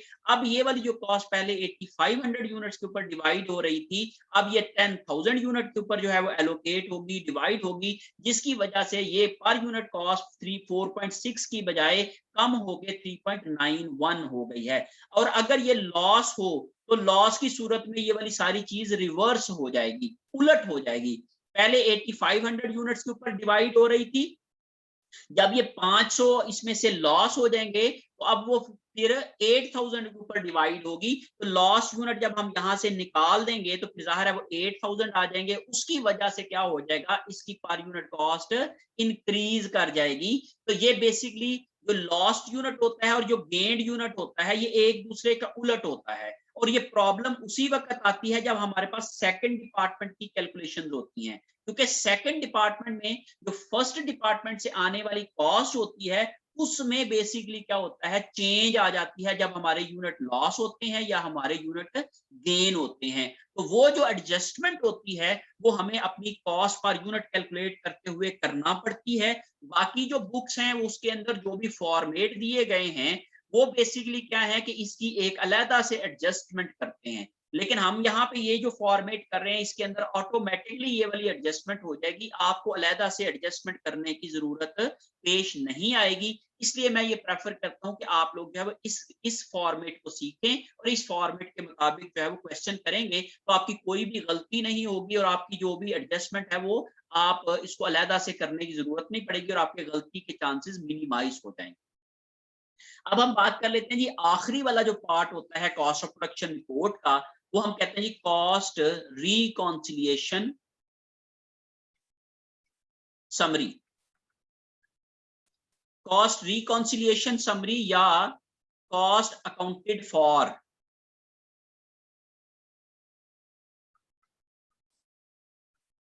As follows. हम ये कह रहे हैं कि इस तरीके से हम कॉस्ट पूरी कर रहे हैं। जो हम लोगों ने टोटल कॉस्ट लगाई है, जैसे मैं आप लोगों को दिखा रहा हूं, हमने कहा जी ये टोटल कॉस्ट इस डिपार्टमेंट में मई के महीने में 63,955 की कॉस्ट लगी है। अब ये 63,955 की कॉस्ट कहां गई है, ये उसका रिकॉन्सिलिएशन हम कर रहे हैं। तो सबसे पहले आप डिस्क्रिप्शन का कॉलम बनाए, फिर उसके बाद जो है वो आप लोग यहाँ पे डॉलर अमाउंट का कॉलम बना लें। ओके, सबसे पहले है जी cost of completed units transferred to finished goods. Finished goods को जो हम लोगों ने कॉस्ट भेजी है तो उसके लिए आ जाएगा जी, हमने यहाँ पे आपका जो क्वांटिटी स्केड्यूल है या जो इक्विवेलेंट यूनिट है ये आपको बताएगा कि कितने यूनिट कंप्लीट हुए हैं और कितने इन प्रोसेस में हैं। तो 9500 यूनिट आपने कंप्लीट किए हैं, यहाँ पे हम लिखेंगे जी 9500 मल्टीप्लाई बाय पर यूनिट कॉस्ट अभी आपने कैलकुलेट किया दैट इज 6.44, तो मल्टीप्लाई बाय 6.44 करेंगे। क्योंकि ये हमारे पास 2 डेसिमल प्लेसेस तक आ रहा है, अगर आपके पास लंबा जवाब आता है तो याद रखिएगा इसको 4 डेसिमल प्लेसेस तक कम से कम जरूर लिखें, क्योंकि उससे आपका फिर डेसिमल डिस्क्रिपेंसी की वजह से आपका फर्क नहीं आएगा, रिकॉन्सिलिएशन आपकी हो जाएगी। आपने ये वाली जो कैलकुलेशन करनी है इसमें 4 डेसिमल प्लेसेस तक जरूर लिखें। ओके जी, अब ये देखें जी 9500 को जब आप मल्टीप्लाई करोगे 6.44 के साथ तो आप आ जाएगा जी 61,180, 61,180 की आपके पास जो टोटल कॉस्ट आ गई, जो कि आपने कंप्लीट यूनिट की है और उसको फिनिश्ड गुड्स को ट्रांसफर कर दिया है। ओके, फिर उसके बाद आ जाएगा जी cost of work in process ending. In process ending में अब आपके पास एंडिंग वर्क इन प्रोसेस के अंदर 4 कॉस्ट एलिमेंट पड़े हुए हैं, एक डिपार्टमेंट ए, मटेरियल, लेबर और एफओएच। तो ये 4 कॉस्ट एलिमेंट लिखेंगे, डिपार्टमेंट ए की कॉस्ट, फिर उसके बाद है जी मटेरियल्स, फिर उसके बाद है जी लेबर और उसके बाद है जी एफओएच। अब मटेरियल्स के जो आप लोगों ने जो इक्विवेलेंट यूनिट आपने लिखने हैं, तो इक्विवेलेंट यूनिट आपके पास आ गए, इसके है जी 10,000, इसके भी 10,000, इसके 9,750, 9,750। तो ये आप लोग जो है वो इसके इक्विवेलेंट यूनिट जो हैं वो आप यहाँ पे लिख लेंगे। सॉरी इसके नहीं, ये नहीं लिखने, ये वाले जो एंडिंग वर्क इन प्रोसेस के इक्विवेलेंट यूनिट है 500, 500, 250 और 250, ये आप लोग लिखेंगे। तो आप लोग यहाँ पे लिखेंगे equivalent unit of ending inventory कितने हैं जी, ये 500 है, ये भी 500 है, ये 250 है और ये 250 है। और पर यूनिट कॉस्ट हम लोगों ने जो इनके हर एक कॉस्ट एलिमेंट का निकाला था वो 3.91 है।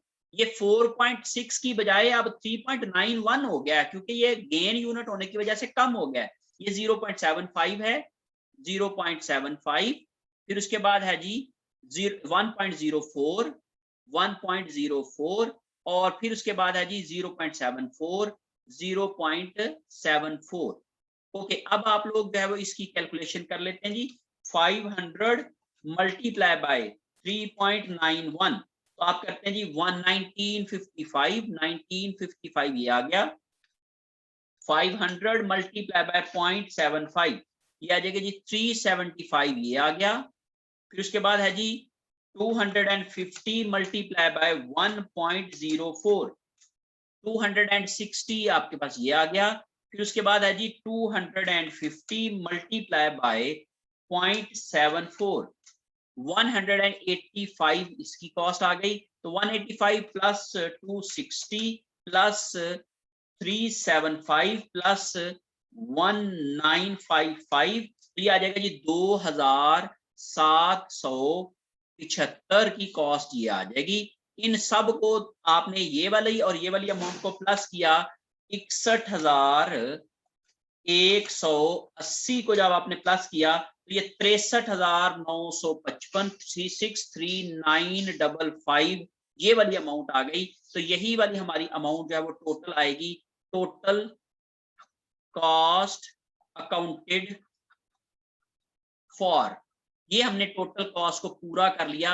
अब आप जरा गौर करें कि यहाँ पे भी हमारे पास जो कॉस्ट थी वो 63,955 थी और इस जगह के ऊपर भी हमारी कॉस्ट है वो टोटल आ रही है 63,955। अब हम लोग जो है इसकी नेक्स्ट जो एंट्रीज करना होती हैं, जर्नल एंट्रीज, उसकी बात कर लेते हैं। अब जर्नल एंट्रीज के अंदर जर्नल एंट्रीज में सबसे पहली एंट्री हम करेंगे कि डिपार्टमेंट ए से जो कॉस्ट आई थी डिपार्टमेंट बी के अंदर वो कौन सी थी। हम लिखेंगे work in process department B account debit और work in process department A account credit. तो जो हमने पिछले वाले सवाल के अंदर भी पिछले वाली भी एंट्री की थी, ये वाली जो एंट्री है यही वाली सेम एंट्री वो वाला उस डिपार्टमेंट में भी होगी। तो अगर यहाँ पे की है तो वो वाली यही वाली एंट्री सेम वहां पे भी रिपीट होनी है। इसलिए आप लोग यहाँ पे 39,100 की कॉस्ट, 39,100 की कॉस्ट, फिर उसके बाद cost charged by the department. तो उसके बाद क्या है, work in process department B के अकाउंट को आप लोग डेबिट करेंगे और मटेरियल्स के अकाउंट को आप क्रेडिट करेंगे, फिर पे रोल के अकाउंट को आप क्रेडिट करेंगे और फिर FOH के अकाउंट को आप क्रेडिट करेंगे। तो इस तरीके से यहाँ पे जो हमें फिगर्स दी गई हैं वो हैं 7,500, 10,140, 7,500, 10,140 और फिर उसके बाद है जी 7,215, 7,215 और इन सब का जो टोटल बनता है वो हम लोग जो है इसको कर लेते हैं कि इनका जो टोटल जो है वो क्या आएगा। इसके साथ हम लोग जो है इसकी एंट्री कर रहे हैं जी। 7,500 प्लस किया 10,140 प्लस किया 7,215 तो ये आ जाएगा जी 24,855, 24,855। तो इस तरीके से आपके पास जो है ये वाली एंट्री हो गई। और अब जब आपने फिनिश्ड गुड्स की एंट्री करनी है तो अब यहाँ पे लिखेंगे फिनिश्ड गुड्स अकाउंट डेबिट और work in process department B के अकाउंट को आप क्रेडिट कर देंगे और अमाउंट क्या लिखेंगे, वो जो हमने यहाँ पे ये जो कैलकुलेशन की है ये वाली अमाउंट आ जाएगी 61,180 की अमाउंट आ जाएगी। 61,180 की अमाउंट इधर आ जाएगी। इन this way you can have your journal entries. जो भी आप लोग जो है वो प्रोसेस कॉस्टिंग के अंदर जर्नल एंट्रीज करते हैं एक डिपार्टमेंट से दूसरे डिपार्टमेंट में कॉस्ट आने की और फिर उसके बाद उस कॉस्ट की डिपार्टमेंट को चार्ज करने की, फिर उसके बाद जो है वो फिनिश गुड्स को जो है वो कॉस्ट आउट करने की। तो ये कॉस्ट बेसिकली इन हो रही है इन दोनों एंट्रीज में और ये वाली कॉस्ट जो है वो आउट हो रही है। इस तरीके से आप जो है वो करेंगे और आपकी जो बेसिकली हमने देखे कोई अलहदा से एडजस्टमेंट करने की जरूरत नहीं पड़ी। कॉस्ट जो भी हमारे पास आती है वो हम लोगों ने ऑटोमेटिकली एडजस्ट कर लिया है। In this way, you can understand, you can have the concept of unit gain in a department. जब एक डिपार्टमेंट में यूनिट गेन होते हैं तो तब हम लोग उसकी कैलकुलेशन कैसे करते हैं, उसकी कॉस्ट ऑफ प्रोडक्शन रिपोर्ट कैसे बनाते हैं, ये मैंने आप लोगों को समझाने की कोशिश की है। होप सो आप लोग जब इन तमाम चीजों को अच्छे से समझ गए होंगे। ओके स्टूडेंट्स, अब हम लोग जो है वो इसी क्वेश्चन को थोड़ा सा assumptions चेंज करके, थोड़ा सा इसके डाटा को चेंज करके इसमें नॉर्मल और एबनॉर्मल लॉस डाल के डिपार्टमेंट बी के अंदर जो है वो कोशिश करते हैं इसको कैसे करेंगी। कि चूंकि हम लोगों, मैंने आपसे कहा ना कि एक ही आप फॉर्मेट लें, सारा कुछ उसी में ऑटोमेटिकली एडजस्ट हो जाएगा। तो मैं अगर डिपार्टमेंट बी की कैलकुलेशन करता हूं with normal and abnormal loss, तो मैं यहाँ पे कुछ assumptions पहले लिख लेता हूं जो मैं चेंज कर रहा हूं इसकी, तो फिर उसके बाद जो है वो हम लोग देखते हैं कि इसकी सोल्यूशन जो है वो किस तरीके से बनता है। ओके जी, यहाँ पे हम लोग जो है वो इसका एक और नया क्वेश्चन बना लेते हैं। यह है कॉस्ट ऑफ प्रोडक्शन समरी हम लोगों ने बनानी है for department B. Department B के लिए कॉस्ट ऑफ प्रोडक्शन समरी बनानी है। यूनिट्स रिसीव्ड हम कह रहे हैं जी 8500 हैं। यूनिट्स एडेड हम कह रहे हैं जी 1500 यूनिट ऐड हो रहे हैं।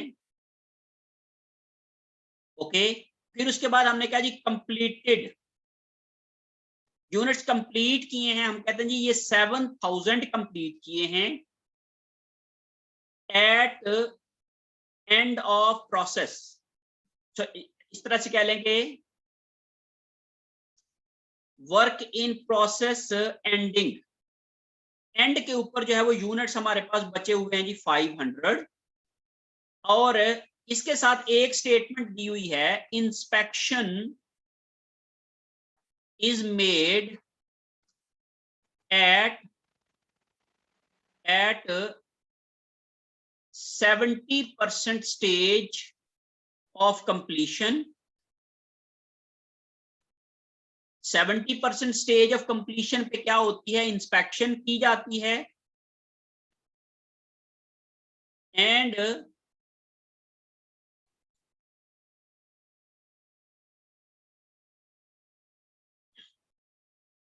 एक मिनट बेटे,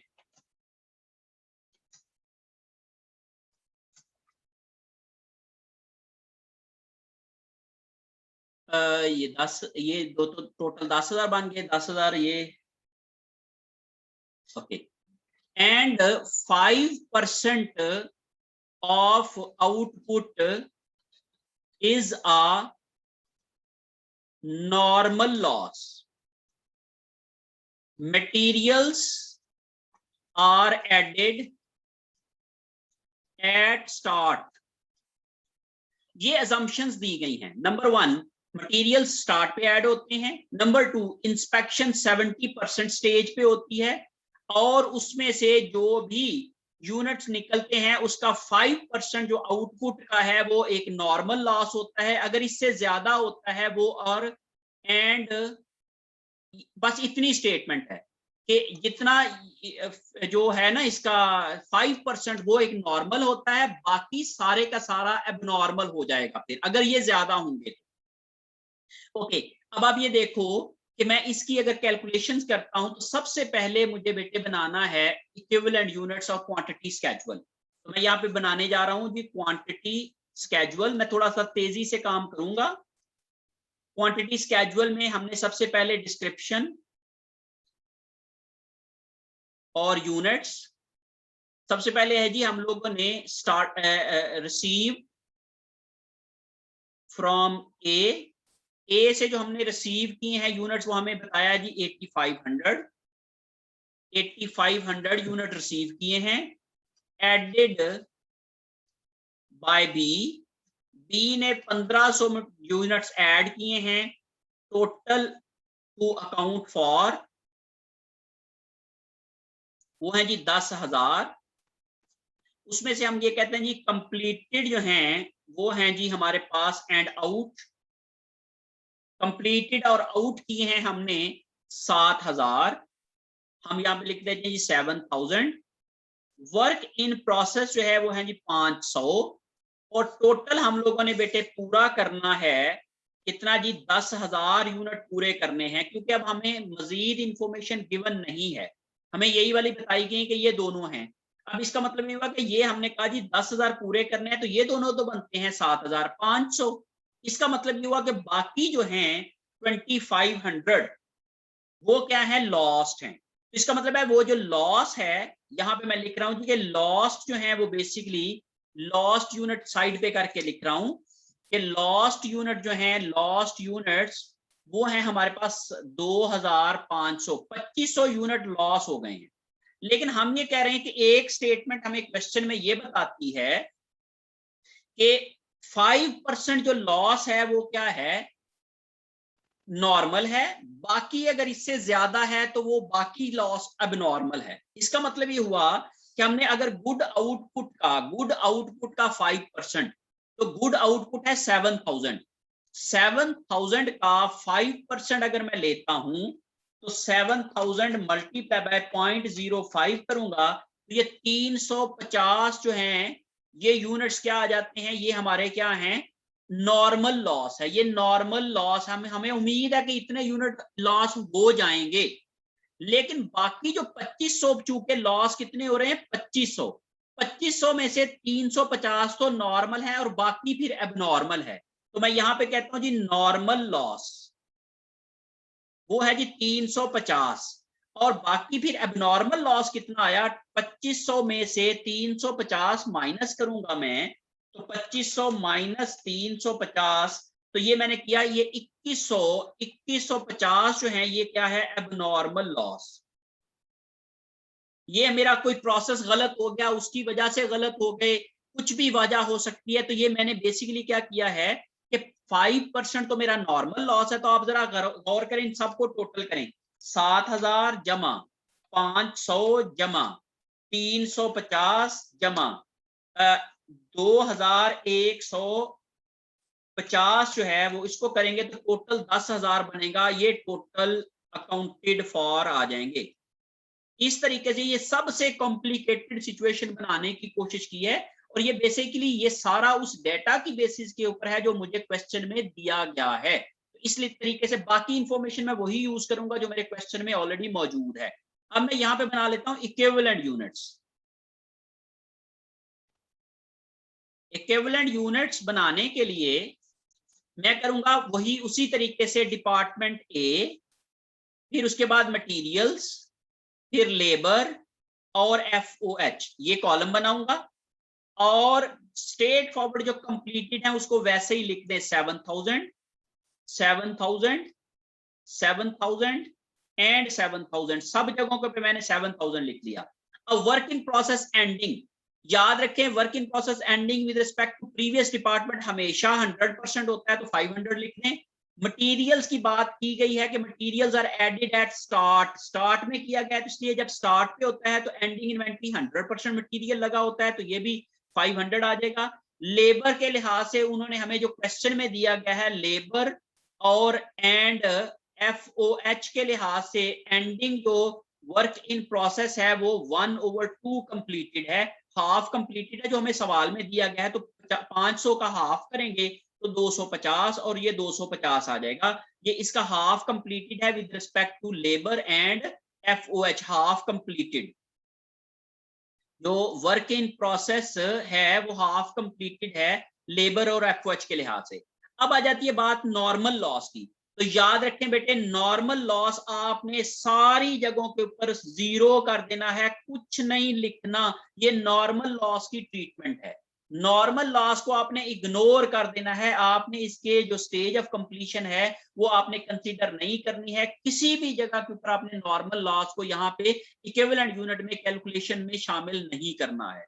अब आ जाती है बात एबनॉर्मल लॉस की। एबनॉर्मल लॉस डिपार्टमेंट ए से जो ये यूनिट आए थे ये कंप्लीट हो गए थे, तो तब ये यहाँ पे आए थे। तो with respect to department A abnormal loss 100% complete होता है, तो इसलिए 2150 हम 100% इसके एबनॉर्मल लॉस यूनिट्स के अंदर शामिल कर देंगे। मटेरियल के लिहाज से चूंकि इनके ऊपर मटेरियल, क्योंकि हम ये कह रहे हैं कि इंस्पेक्शन होती है 70% के ऊपर, मीन जब भी यूनिट लॉस हुए वो 70% पे हुए, लेकिन मटेरियल तो लग गया था शुरू में, इसलिए जो भी लॉस यूनिट हुए उनके ऊपर मटेरियल लग चुका हुआ था, वो मटेरियल खा के गए हैं। इसलिए यहाँ पे हम कहेंगे कि मटेरियल के लिहाज से ये भी क्या थे, 100% कंप्लीट थे, तो मैं कहूंगा 2150 ये भी इधर आ जाएगा। अब आ जाती है जी लेबर और एफओएच की बारी। तो लेबर और एफओएच इसके ऊपर क्या लगी थी, 70% लगी थी, क्योंकि हमने यह इंस्पेक्शन की है 70% के ऊपर। तो 70% ऑफ योर यूनिट जो होंगे वो क्या होंगे, कंप्लीट होंगे विद रिस्पेक्ट टू जो है वो लेबर और एफओएच जब ये यूनिट लॉस हुए थे। तो मैं 2150 का 70% लूंगा तो ये आ जाएगा जी 1505। यहाँ पे भी 1505 और यहाँ पे भी 1505 लिखूंगा। तो इसलिए याद रखें, जैसे हम एंडिंग इन्वेंटरी के ऊपर स्टेज ऑफ कंप्लीशन की कैलकुलेशन लगाते हैं, ऐसे ही हम एबनॉर्मल लॉस के ऊपर भी स्टेज ऑफ कंप्लीशन की हम कैलकुलेशन लगाते हैं। अगर हमें ये कहा जाता, ये ना बताया हुआ था, कहा जाता एंड पे हुए हैं, तो हम फिर 100% करते इसको। और अगर हमें कहा जाता है ये दरमियान में हुए हैं, 50% पे हुए हैं, तो फिर हम आधी आधी कॉस्ट लेबर और एफओएच की लगाते। तो बेटे ये जो हमें जो इंस्पेक्शन की जो स्टेज है ये बताती है कि इनके ऊपर लेबर और एफओएच कितनी कितनी लग चुकी हुई थी जब ये लॉस हुए थे। तो इस तरीके से ये इक्विवेलेंट यूनिट आप कैलकुलेट कर लेते हो सही तरीके से, तो फिर आपकी कोई भी कैलकुलेशन जो है वो आपको तंग नहीं करेगी। आप सिंपली क्या कर लोगे, अगले वाली कैलकुलेशन बड़ी आसानी से कर लोगे। तो ये 7000 जमा 500, 7500 जमा करेंगे आप इसमें 2150, तो ये आ जाएगा जी 9650 इक्विवेलेंट यूनिट। ये भी 9650 इक्विवेलेंट आ जाएंगे, और ये आ जाएंगे हमारे पास 7250 प्लस करेंगे इसके अंदर 1505, ये आ जाएगा हमारे पास 8755 ये वाले आ जाएंगे, और 8755 ही ये हमारे पास ये आ जाएंगे।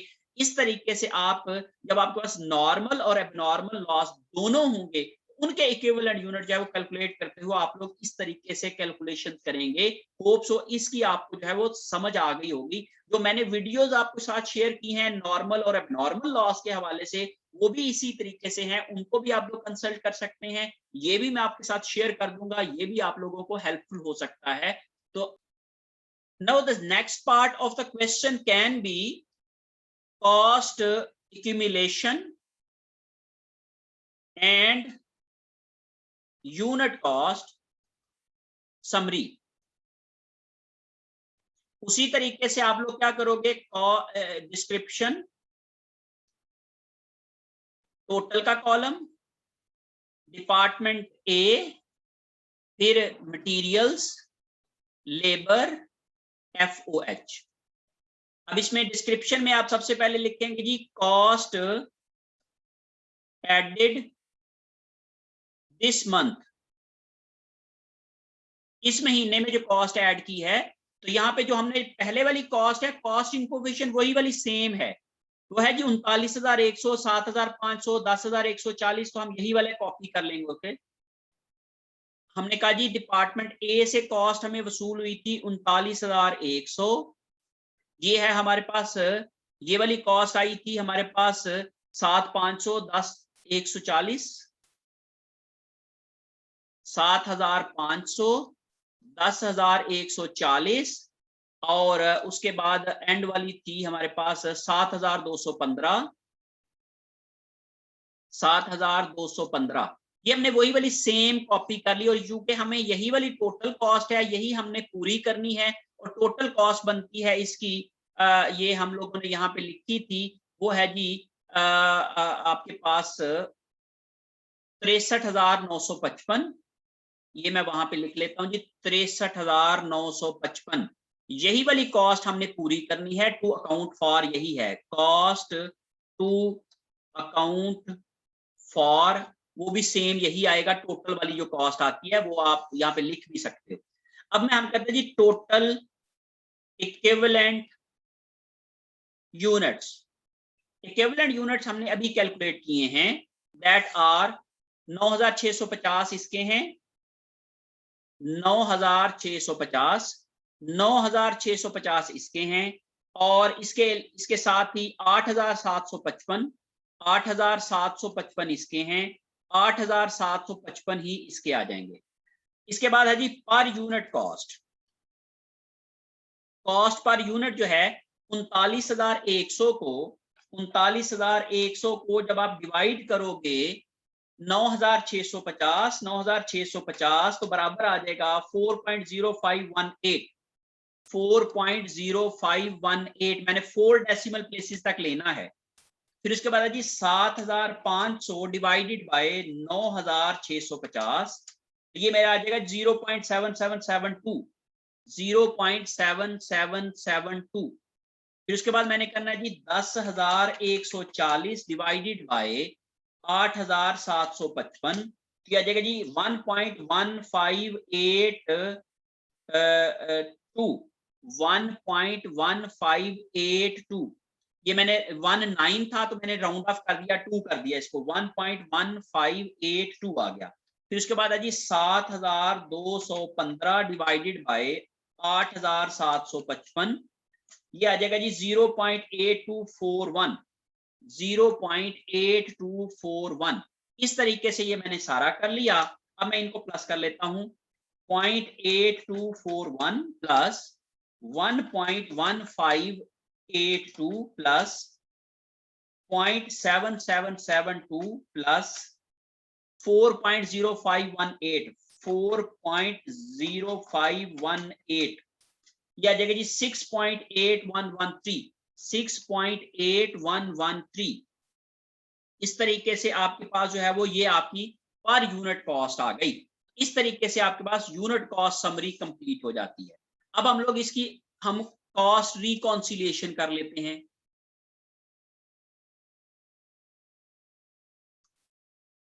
कॉस्ट रिकॉन्सिलिएशन के लिए आपने यहाँ पे डिस्क्रिप्शन का कॉलम बना लेना है। ये थोड़ा सा मैं छोटा लिखूंगा क्योंकि ज्यादा इंफॉर्मेशन आएगी यहाँ पे। और यहाँ पे मैं यहाँ पे इसकी जो है वो अमाउंट का कॉलम बना लेता हूं, अमाउंट इन डॉलर्स। ओके जी, सबसे पहला जी cost of completed units.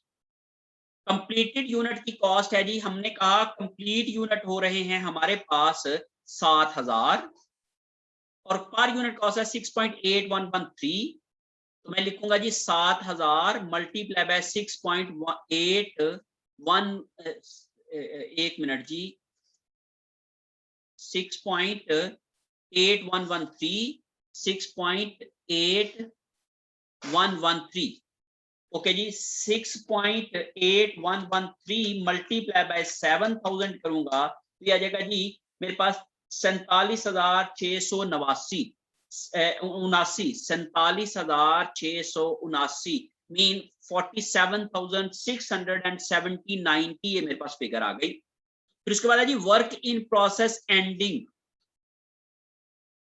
Work in process ending में डिपार्टमेंट ए की कॉस्ट है, मटेरियल्स है, लेबर है और FOH है। इनके मैंने इक्विवेलेंट यूनिट्स लेने हैं जो मेरे पास इक्विवेलेंट यूनिट की कैलकुलेशन में आ जाएंगे 500, 500, 250, 250। तो ये भी देखा जी 500, 500, 250, 250 मल्टीप्लाई बाय पर यूनिट कॉस्ट जो मैंने अभी यहाँ पे कैलकुलेट की है 4.0518 मल्टीप्लाई बाय 4.0518 मल्टीप्लाई बाय 0.7772 0.7772।